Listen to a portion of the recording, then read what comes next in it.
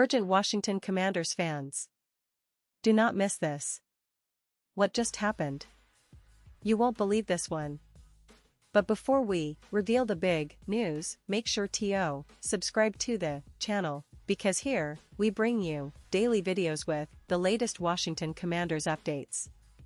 And to not miss anything, activate the notifications.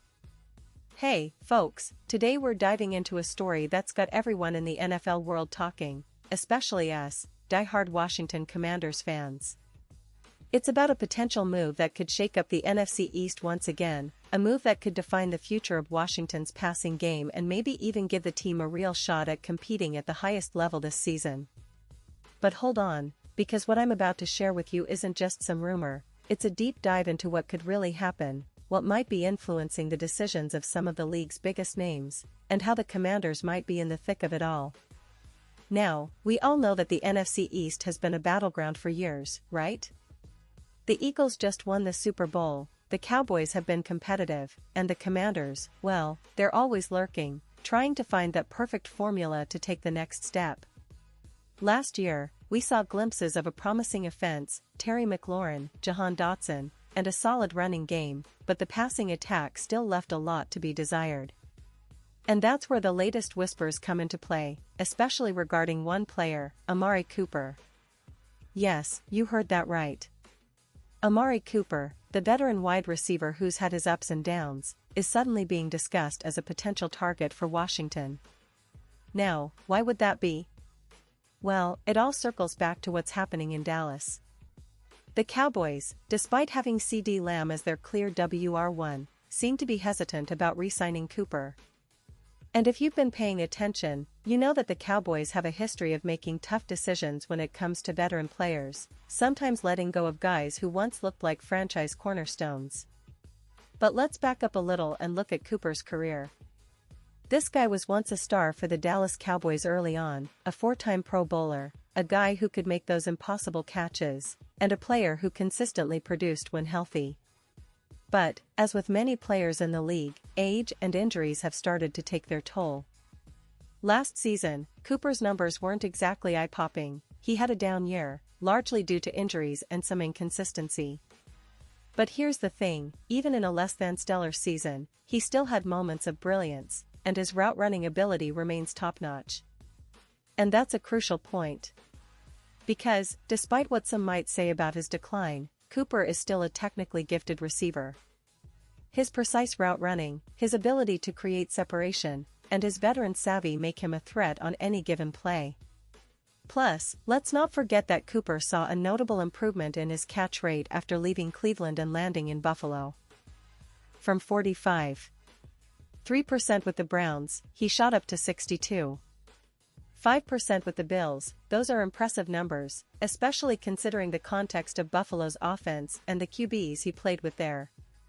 It shows he can adapt, and it hints that maybe, just maybe, he still has plenty to offer. Now, you might be wondering, okay, but what does this mean for Washington? Well, if Cooper prefers to work with a young, dynamic quarterback, say, someone like Jayden Daniels, who's been making waves since winning Offensive Rookie of the Year, then Washington could be in the mix. They've got a young core, a developing quarterback, and a team that's eager to take that next step. Bringing in a veteran like Cooper could provide that veteran presence, that reliable target, especially as McLaurin continues to be a true WR1 for the team, despite his current contract situation. And here's where it gets interesting, with Deebo Samuel coming in last offseason and adding a versatile, explosive element to Washington's offense, the team seems poised to take a big leap forward. Samuel, McLaurin, and potentially Cooper could form a formidable trio that defenses would have a nightmare trying to contain. It's not just about adding another receiver, it's about creating a dynamic, multidimensional passing attack that can keep defenses honest. But, hold on, because there's a bit of a twist to this story. You see, some folks are pointing out that Cooper's recent struggles might not just be about injuries or team fit, they could be signs that his best days are behind him. And you know what?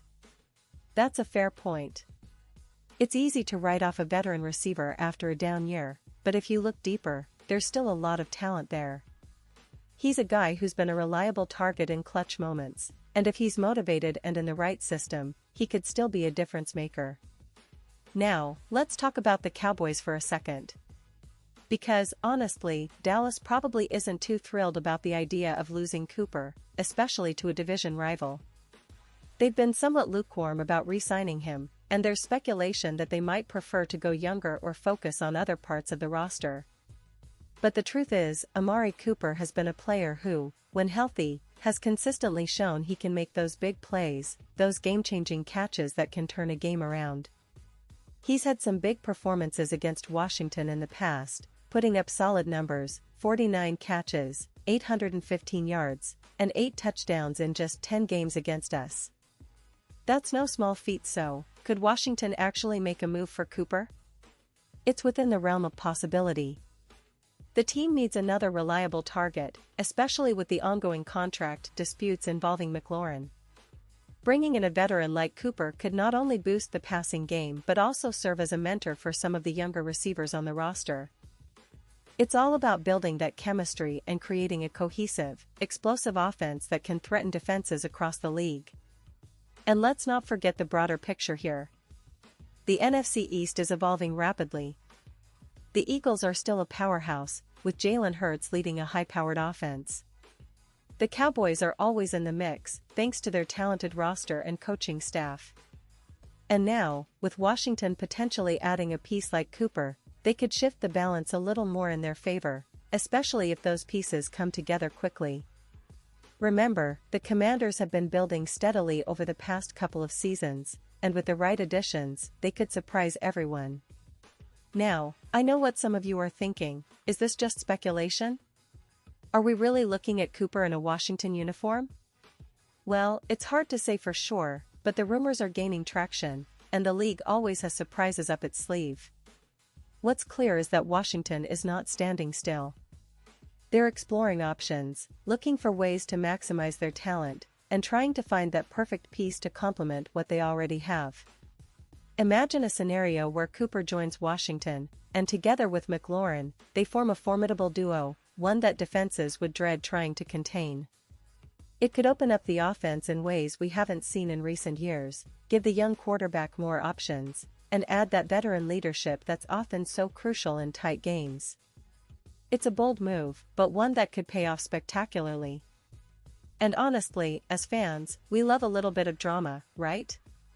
We love the thought of our team making a splash and turning heads across the league. Before I wrap up, I want to emphasize that this is all about potential, about possibilities.